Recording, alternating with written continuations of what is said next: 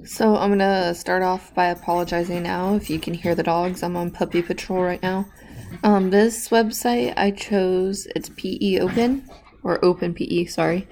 And this is a great website for my coworkers and I to be able to find new ideas and to create things for the classroom. So if I click over here on curriculum resources, it goes off of grades level. And I'm elementary physical education, so I'm going to click over here. And I have K through 5, so either of these will work for me. And here it gives us the list of different things by topics. And I know at the end of the year we're going to need field day activities. So I'll go over here, click on field day.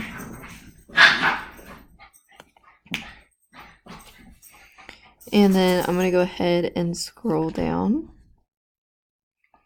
It can go by module documents, individual challenge activities, relay, team, and water, which I know I don't want water activities because kids can make disaster out of that. So I'll go ahead and I'm going to scroll back up. And let's do pizza delivery as an individual challenge.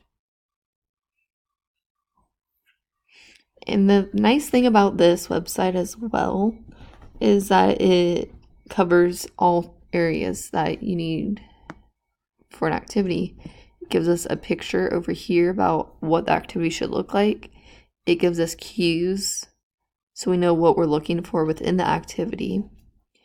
In this game, for the target area, it's personal and social responsibility, which is huge at my school.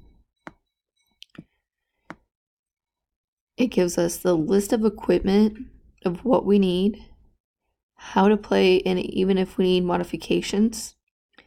My favorite thing too is that it says what standards it goes by down here. And standards are awesome because making lesson plans, it makes life a lot easier. And so we'll have to go back to the website. This website also has different professional development, so you can click on it.